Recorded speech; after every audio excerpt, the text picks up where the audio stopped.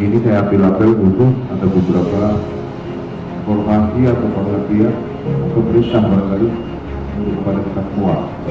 Yang pertama, dalam situasi seperti ini kita tidak boleh panik. Maksudnya pandemi, bukan endemi lagi tapi sudah panik dong. Jangan anak-anak, kalau bisa ini ada orang bilang